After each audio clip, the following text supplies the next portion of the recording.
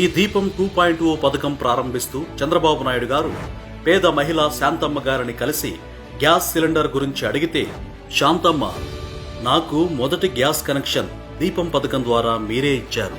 ఇప్పుడు దీపం 2.0 ద్వారా 3 గ్యాస్ సిలిండర్లు ఉచితంగా ఇస్తున్నారు అంటూ ఆనందంగా చెప్పేసరికి బాబుగారి హృదయం ఆనందంతో నిండిపోయింది.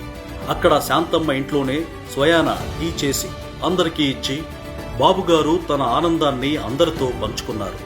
ఇంటికి దీపం ఇల్లాలు, ప్రతి ఇల్లాలు ఇంటికి మహాశక్తి అని, ఆ మహాశక్తి అయిన మహిళలకు తాను ఎప్పుడూ అండగా ఉంటానని దీపం 2.0 ప్రారంభంలో మహిళల శక్తి గురించి, మహిళల సంక్షేమం కోసం చంద్రబాబు నాయుడు గారు ప్రస్తావించారు.